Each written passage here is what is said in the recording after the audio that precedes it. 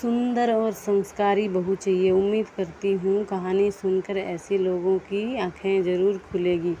ये नहीं सुमन, वो वाला फ़ोटो दिखा मुझे अपने बेटे अमन के लिए। दुनिया की सबसे खूबसूरत लड़की चाहिए और सुंदरता के साथ साथ संस्कारी भी होनी चाहिए। ममता जी ने अपने पड़ोसन सुमन से कहा, जो एक मैरिज ब्यूरो में काम करती थी। आज बहुत सारी लड़कियों के फ़ोटो लेकर ममता जी को दिखाने आई थी। ममता जी ने एक दो फ़ोटो पसंद कर लड़की देखने का टाइम भी दे दिया। ममता जी के पति राकेश जी बहुत ही समझदार और सुलझे हुए व्यक्तित्व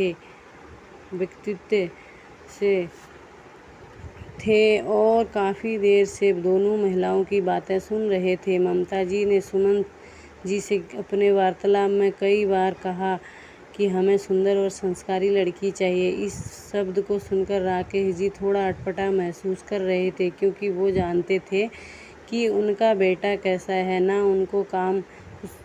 उसको काम करना पसंद है और ना ही वो पढ़ने में कभी भी सीरियस था। दोस्तों के साथ आवारागर्दी करना और बाप के पैसे उड़ाना, ये तो उसका मुख्य पेशा था। राकेश जी ने इतनी दफ़ा उसकी नौकरी लगवाई, लेकिन मजाल है कि 4 दिन से ज़्यादा कहीं टिक जाए। सुमन के जाने के बाद राकेश जी ने ममता जी से कहा, इतनी देर से देख रहा हूँ ममता, तुम गुणगान किए जा रही हो कि दुनिया की सबसे सुंदर और संस्कारी लड़की चाहिए, लेकिन एक बार अपने बेटे की तरफ तो देख लेती कि वो कितना संस्कारी है। ना नौकरी करता है, ना अपने भविष्य को लेकर जरा भी चिंता फिक्र है। अभी भी देख लो, घर नहीं आया, कितनी देर हो गई। घर से गए दोस्तों के साथ अय्याशी करने में लगा होगा। शाम से रात हो गई, लेकिन अमन अभी भी नहीं लौटा। राकेश जी ने इंतज़ार करते करते खाना खा लिया। ममता जी अभी भी बेटे का इंतज़ार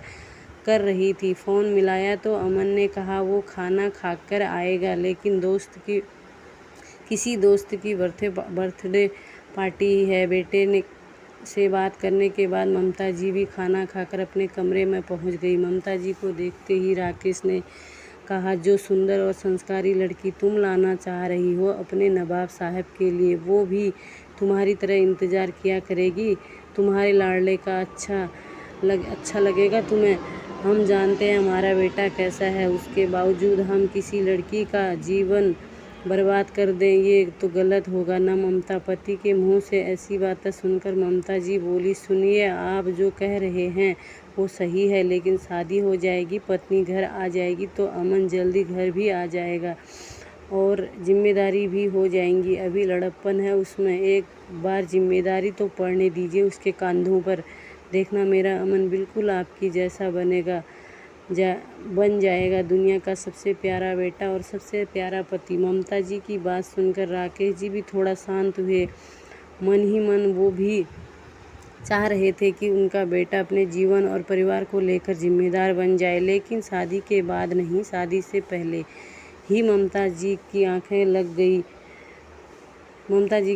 लग गई। 12 बजे दरवाजे पर दस्तक हुई तो राकेश जी गए दरवाज़ा खोलने। रात में कोई नाटक नहीं हो इसलिए कुछ बोले नहीं, लेकिन अमन से आ रही बू से उन्होंने भाप लिया कि वह पीकर आया था। रात भर राकेश जी सो नहीं पाए। सोचने लगे कि क्या कमी रह गई उनकी परवरिश में, जो अमन इतना बिगड़ गया।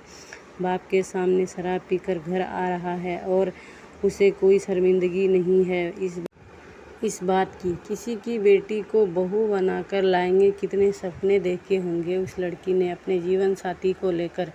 अमन तो बिल्कुल भी नहीं है ऐसा लड़का जो किसी लड़की के सपनों का राजकुमार बने। वो किसी भी बेटी का जीवन खराब नहीं होने देंगे। इस उम्मीद में तो कदापि नहीं कि शादी हो जाएगी तो जिम्मेदार हो जाएगा।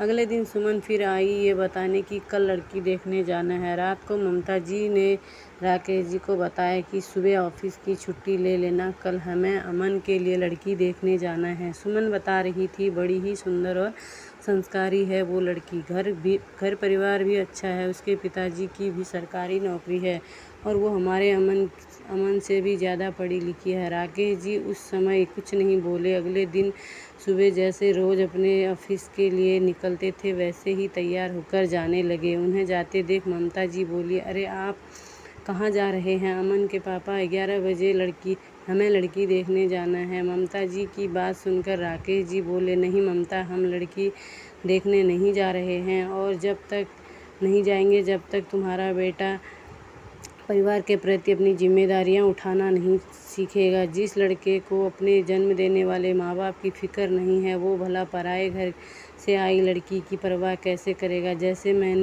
वैसे मैंने अपने बॉस से इसकी नौकरी की बात कर ली है, अगर इसे रुचि हो तो भेज देना। ठीक 11 बजे ऑफिस में राकेश जी ये कहते हुए निकल गए और ममता जी उन्हें ताकती रह गई।